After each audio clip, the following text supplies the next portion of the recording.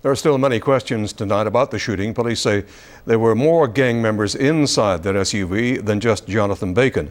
So was he really the target? And why now? Why was he killed in Kelowna rather than on his home turf in Metro Vancouver? Eric Rankin has been looking for answers to some of those questions. Joins us now live. Eric? Well, Tony, gang investigators say they often get wind of pending hits, and they use the intelligence from the field to alert would-be targets, warning them to keep a low profile in hopes of also protecting the public. But police admit this brazen mid-afternoon killing slipped through the cracks.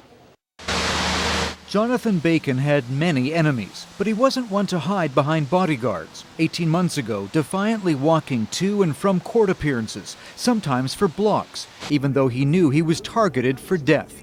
Police knew that too, and while they watched for signs rival gangsters might be moving in for the kill, this hit caught them off guard. This is one that, like you said, got through the cracks, and 10 previous we were able to disrupt. As a young man in Abbotsford, Jonathan Bacon rose to infamy, dealing in drugs and guns. In 2006, he was shot several times outside his parents' Abbotsford home, but survived. With his younger brothers, Jared and Jamie, they formed the vicious Red Scorpion gang, launching a murderous drug turf war against the rival UN gang. But with Jamie's arrest for the Surrey 6 murders and Jared in custody on gun and drug charges, Jonathan was exposed and looking for new alliances.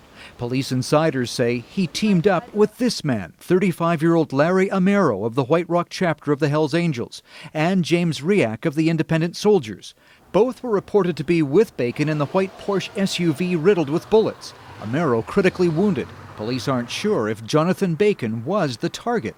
Who the intended victim was in that particular vehicle remains to be seen. All of them, one of them. As for why this happened in Kelowna, Bacon might simply have been there on vacation and rivals were tipped. But police sources also say the Okanagan is a lucrative drug market without the heavy police presence of Metro Vancouver. And Bacon might have been trying to move in on the action.